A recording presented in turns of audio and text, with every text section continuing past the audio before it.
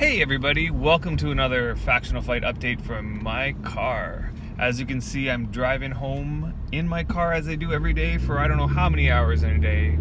And I thought I'd turn on the video and just bounce off some ideas that are going on in my head.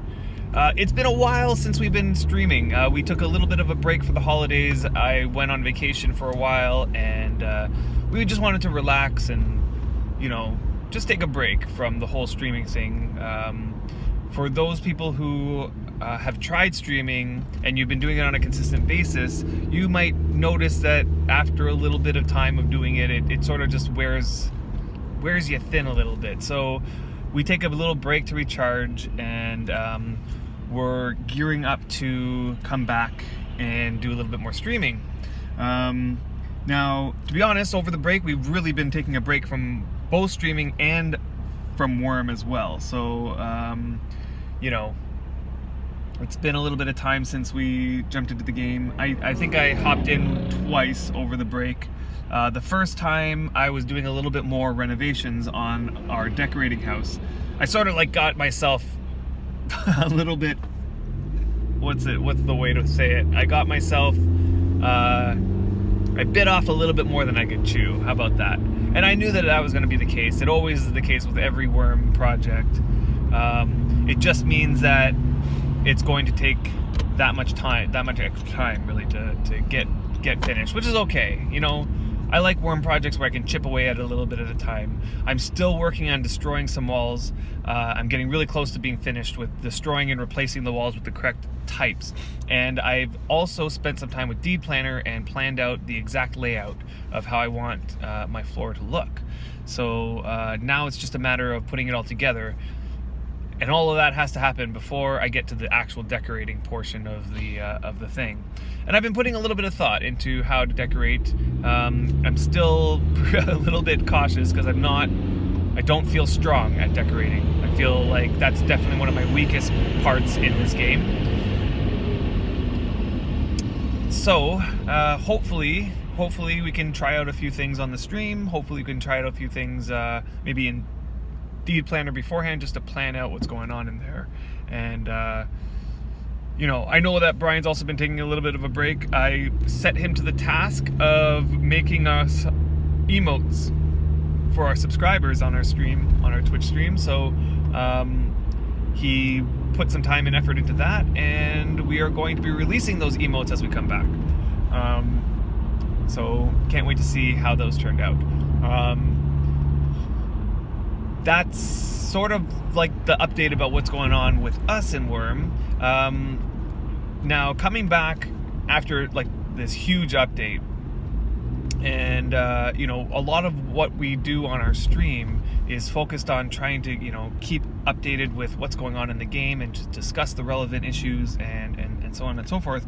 But on the Worm dev side, since the break happened, the winter break, it's sort of been quiet. They've had a few updates here to bug fix some of the critical issues. I see them on the forums collecting all the feedback and information on how to address some of the major issues with the big update that just happened, and that's actually all really positive to see that. There's a thread going on right now about the phishing system, and a whole bunch of hate is being thrown at the devs. It's a lot of mudslinging and while this stuff is somewhat constructive, it is also done in a destructive way, I think, because the devs, I know the devs have thick skins and all, but I know that the phishing system is a very touchy issue given the surrounding circumstances with it. And so, I really hope that the devs are holding in there and, taking the feedback as constructively as they possibly can. And I know that there is definitely some back-end discussion and planning going on. One thing that Retro has posted in a thread, which if he's posting it on the forums, it means that it's been well discussed and it's already in plans of being implemented. So this is good signs that the phishing system is going to get an overhaul to address some of the issues. So one major thing that I think is a great change is they're going to make it so that when you so your fishing line is in the water, you're waiting for that fish, and then you see the tug and you click to try to catch it. So the way it currently was implemented is that when you click, there's a couple things that happen. The first thing that happens is there's a check to see if you actually hook the fish.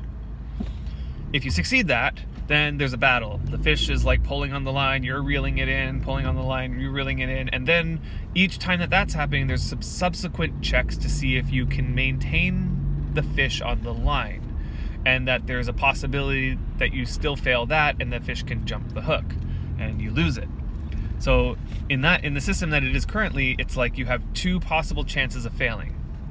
What that amounted to was that you failed a lot. You failed all the time on that initial click, and then in the chance that you succeeded that initial click, you failed to reel the fish in. So it just seemed like an overkill on the chances of failure. And that was what we were experiencing on our last stream that we did with the fishing, or was it the last stream? Yeah, I think it was the last stream that we did.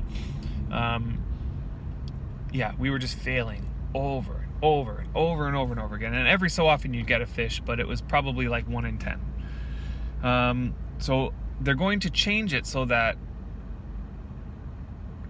on that initial click, you are guaranteed to hook it. It's like you see the bob, you click it. As long as you clicked it in time, you hook the fish. And then you enter that battle. And then there's still a chance that the fish jumps the hook. But the hope is that they balance that somehow so that, and again, based on your skill, there's a good chance, based on your skill, there's a good chance that you reel it in.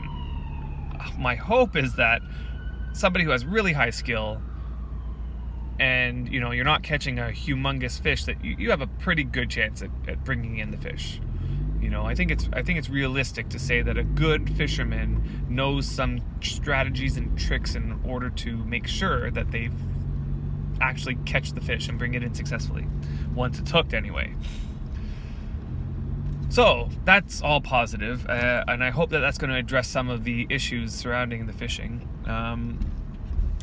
One other issue that I felt like we were having, and I'm not sure how this plays out as how it will affect new players. But one thing we noticed was that all the fish we were catching were tiny, tiny little fish that weighed pretty much nothing, like 0.05, 0.09, like these types of weights.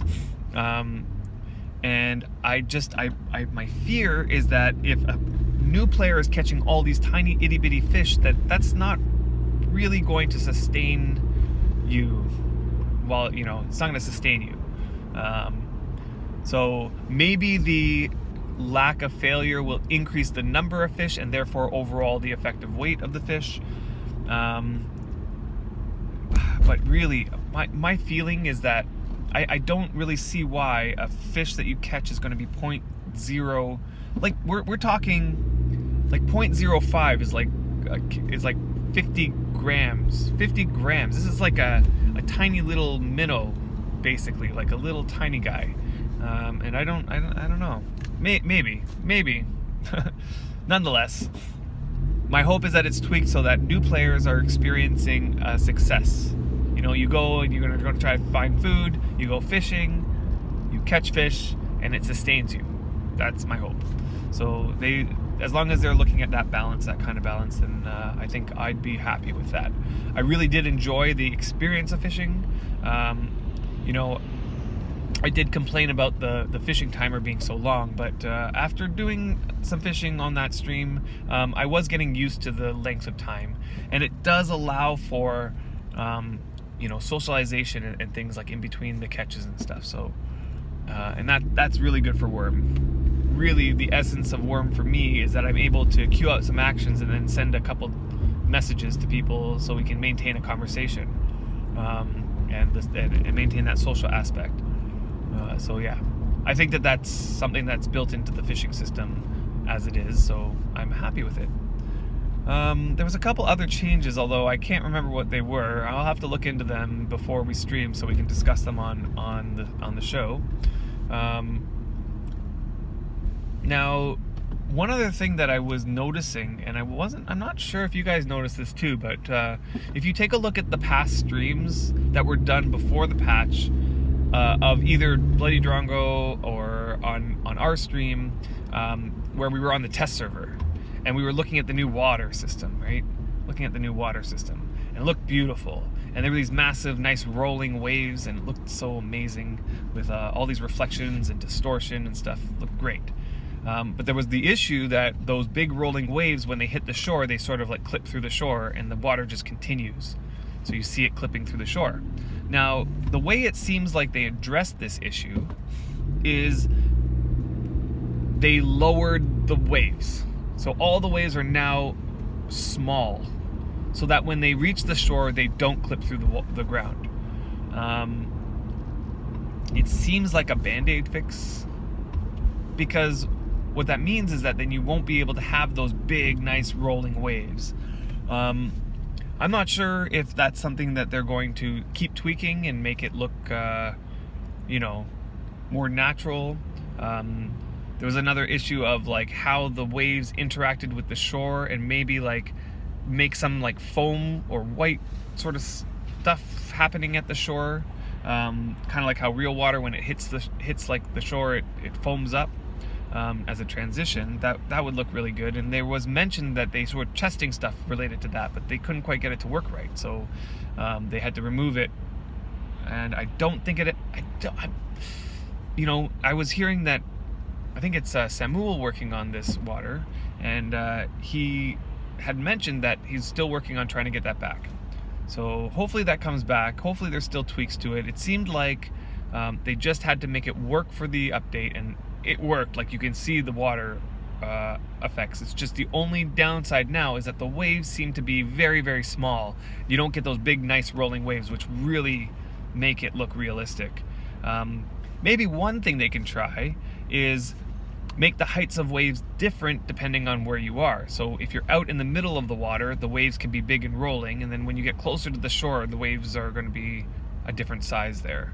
That might still allow for that rolling waves. I can't wait to be riding my boat and having the boat just like be doing this sort of up and down, kind of like you would imagine going through a storm.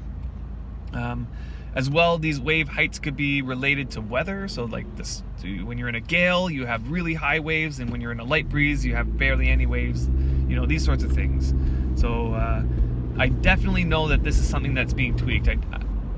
Because the way that it got entered into the game, it sort of felt like there was still a lot of work being done on it, and then all that work that was being said that was being done didn't actually make it fully. I'm not sure if I'm basing this totally off of like a gut instinct, not off of something that I've heard, but it feels like there's some things that can be done that were planned to be done that haven't yet been done. So looking forward to that. Priest update, I kind of played around with that a little bit. So that was the other day. I said I played for 2 days. The first day was doing the decorating stuff. The second day I logged in right when they were giving those 3 free premium days. Right, so they gave it was like a special event where you can log in and get 3 days premium for free. And so I had already paid for premium on 3 of my characters, so they were all paid up. So my 2 priests, my Najo and my Vin priest, and my main character, they were all premiumed up. Now my Najo doesn't have 100 faith yet. She got a couple prayer preaches in at the sermons at the Impalong, and I got her faith up to like 80. I want to say 87 or something like that. 80 in the upper 80s, which is getting up there. It's good, but not quite enough to cast Essence Drain, which is the new spell that Najo gets, as well as Libella. Now Essence Drain is a spell that does a little bit like life transfer. So you cast it on a weapon, and when that weapon hits, it heals you a little bit. Not as much as life transfer, but as a trade-off, you get also a little bit of damage. So it acts kind of like a mixture between life transfer and Frostbrand, let's say, for example. So I really like the idea of this spell, and it's one of the reasons why I'm sticking with Najo as opposed to switching to Foe, which everybody seems to be going Foe crazy. but I think that I'm going to stick with Najo as it is, because I get all the utility that I want from a priest, mostly Strongwall, and I get to play around with this new spell, Essence Drain. Now, because my priest isn't at 100 faith, she can't cast it on her own. So for those 3-day premium event, I used them on my Najo battery that I've had sitting there doing nothing for I don't know how long, since the last time I did a bout of life transfer weapons. And I just started casting Essence Drain, just seeing what happened. And I got a bunch of decent casts, like mostly in the 80s. I didn't get any 90 casts, but I must have done about, I don't know, maybe a couple hundred attempts. And of the couple hundred attempts, I might have gotten 10 casts that are in the 80s. Okay, so that's about the rate at which, the expected rate. That's the expected rate that I've come to expect. I knew I'd have to cast a lot in order to get not very much.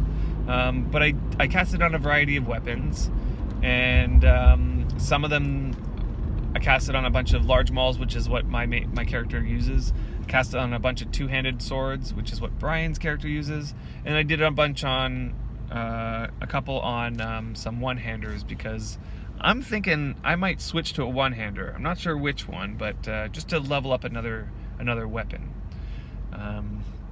Maybe a maul or something like that. I don't know. I'll look into it and decide. But I put I think I have one maul, one medium axe, and one longsword or something like that, and then a bunch of maybe 3 mauls and 2 longswords. I got 80 casts, somewhere mid 80s. So I'm going to use my Vin Priest and finish off those casts, get some nimbleness, get some Circle of Cunning, and also now that Mind Stealer also is 100 cast, I can do that with only my Vin Priest. Get those weapons all up and running, and then we're going to test out this new Essence Drain and compare it to our life transfer, and hopefully I can get around to finishing that up, and we can do that on stream one day, just to do a side-by-side comparison. I think that'll be fun. And who knows, maybe we'll switch over to Essence Drain. My feeling is that even though it's going to heal you less, you're going to be doing more damage to the mob, and therefore it's going to die faster, and so it's going to ultimately do less damage to you. I don't know, that's my feeling. So it might work out to be about the same. The other thing to consider is that we're quite high skilled fighters. Both of our fight skills are in the 80s, and so nothing really poses that much of a problem for us anyway. So my feeling is that in that situation, if you're in a high skilled and you have decent gear, decent armor, Essence Drain might be the way to go, because you don't necessarily need so much healing when you're that high level, and you get that extra damage that'll take the mobs down that much faster, so they damage you less over the long haul. And that's I kind of interested to see the balance that was struck there with Essence Drain. I never got onto the test server to test that out exactly, but we'll test it out live and we'll see how that goes. So kind of excited about that. Aside from that, in terms of the priest change, there was not really much else for me to really look into, because I don't do any PvP, so I don't use my priest to do any damage at all. And I didn't really need my priest to do any, I don't really need them to do anything else. So I mostly a priest for enchanting. Enchanting is, and enchanters didn't really get that much of a change aside from Essence Drain being a new spell. And some of the spells got sort of like shuffled around, I think, a little bit, especially in the demigods. Some lost spells and gained spells and so on and so forth. But after looking at where everything landed, I think sticking with Najo and Vin is like the best option for me. I was kind of disappointed about Libella, because if Libella got Strongwall on Freedom, that would have been it. That for sure would have been definitely go Libella all the way. But because they didn't get Strongwall, it was sort of like, it was a really hard decision. Like, do I stick with Najo and keep Strongwall, or do I switch to Libla and lose Strongwall? And it was like, for a little bit, but in the end, I've decided to stick with Nacho. So that's that. We'll see what the future holds with that. I don't know if there's going to be any major changes from here on in, but that's sort of where I'm sitting on the Priest update. I'm kind of curious to see how this Priest update would affect PvP. Yeah, I don't know. We'll see. Now, one thing that's been sort of been floating around here and there is how Worm is doing in total, like overall, how Worm is doing in terms of overall subscribers and you know, and I think, as we all know, Worm has been struggling to stay above board, you know. There had been a declining subscription base for quite some time, and then that sort of evened off, so we had like this core group of people who were committed to the game, and then there was you know, there's some fluctuations. We've been getting a few new players in, losing some players, and that sort of like balanced each other out for a long time. And then this new update, I think a lot of it was focused towards new players, like with the new Haven's Landing and the new tutorial system and the fishing, and you know, there's a lot of new stuff for new players, and so the hope is that combine that with the Valray Entertainment Network, which is taken off like fully. We have streamers streaming Worm all the time now, way more than before, and the hope is that is going to help spread the word about this game and get people trying it. And I'm really excited to see what this new year brings, because you know, it's sort of one of those things, you got to give it time. You got to plant the bug about this game in people's ear, and we all know how it goes. We've all been there. The first time we try this game, we're like, and then we kind of hear about this game again, and then next thing you know, you try it again, and you know, that's how people fall in love with it. I've heard that story I don't know how many times. Now, it didn't happen to me exactly. The first time I saw this game, I knew it, like right away. This is the game for me. But for a lot of people, including Brian, they try the game, and at first it's like it doesn't seem to click, and then it takes a few more sort of times, and it has to sort of sink in. The hope is that people who are streaming Worm on Twitch are exposing